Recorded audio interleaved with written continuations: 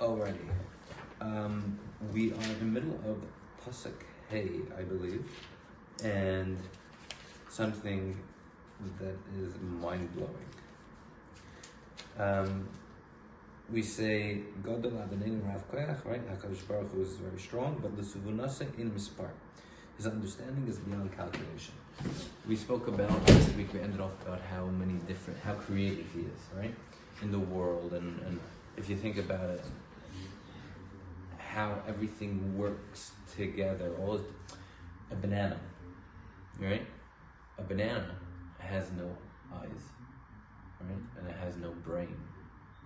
Yet, somehow the banana knows that when it's not ready, and it doesn't know that there's human beings either. Do you think the banana knows that we're alive, or that we eat it? So how does a banana know that when it's not ripe, it's green, and when it's ripe, it turns yellow, and when it goes bad, it turns brown? How does a banana know that? It doesn't. It just, Hashem just made it happen. What's the explanation? It's Hashem's chachma. I give you an apple seed, and I give you a little bit of dirt and some water, boom, a tree comes, right? It's like me giving you a paper clip, a little bit of gas, and a piece of glass, and say, make a car. Both of them sound ridiculous. What does one have to do with the other? There's a lot of different things. If you look out in nature, and you can see Hashem's chachma, and I think it's really important to do that, because if you take the time to notice all these things and how everything works beautifully, perfectly together, all the different animals have their own unique characteristics that help them thrive, you could place that same trust in Hashem's creativity and knowledge, how everything's supposed to work, on ourselves. Because many times in life, things don't go our way, and we get very upset about it. We get frustrated. And we mentioned a few stories about, if you can't know everything Hashem knows, otherwise you wouldn't respect the guy, right? If you're on the same level. There's an amazing Rabbeinu Bechaya that talks about the fact how, I'm not going to ruin it until we get to it. There's a mitzvah in Devarim, There's a mitzvah in Devarim that when you build yourself a house, right, and you have a nice roof, you want to make it chill, you have to build a fence. Why do you have to build a fence? Because the pasuk says, ki yipol hanoisa, right? Because we don't want the fallen one to fall, right, and it to be your fault. What's that? What's locked? It's on timers. Okay, machasit, right? We're talking about recognizing Hashem's creativity, not creativity, but chachma in the world, right? And if we look around at nature, we can utilize those ideas into our own lives when we get upset about how things are working out, knowing that HaKadosh Baruch Hu knows what He's doing.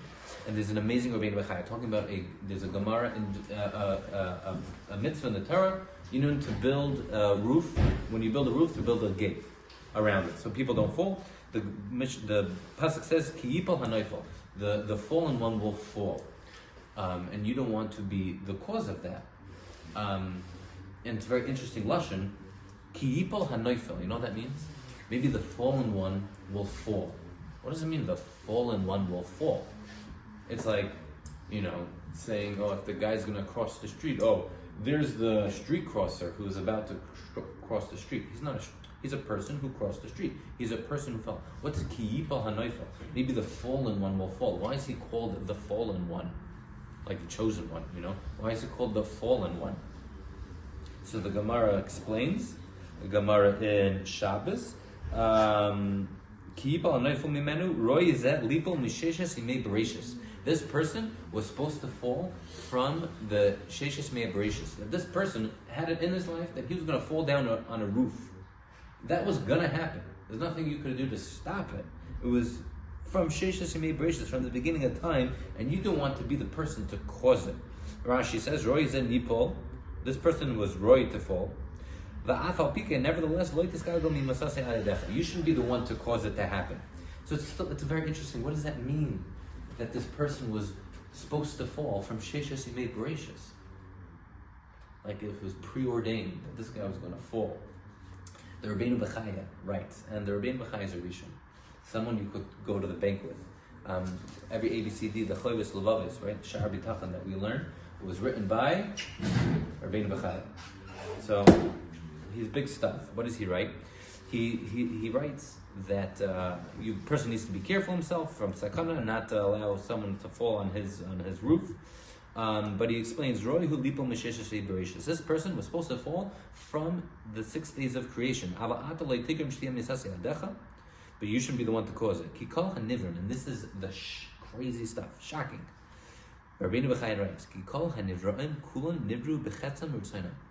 Every single creature, me, you, and you, we're all created by our own will. And HaKadosh Baruch Hu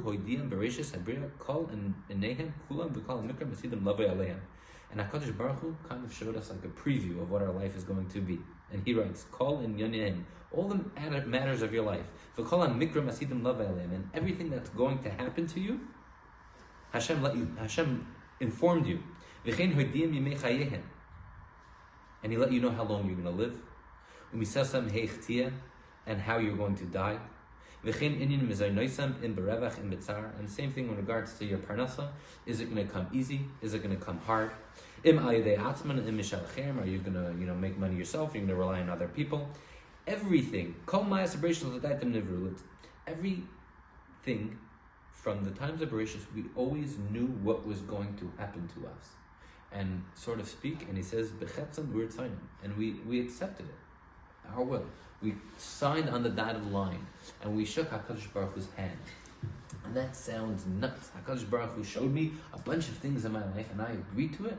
Well, I must have watched a different film, because I get upset when things happen in my life. How could I have accepted that?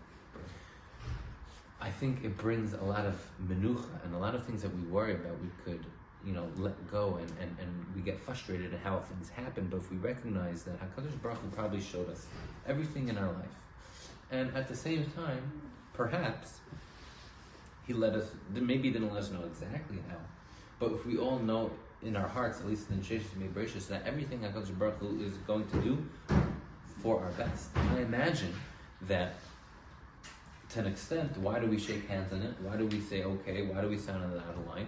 Because we see everything how it's going to be, everything how it actually works out for us.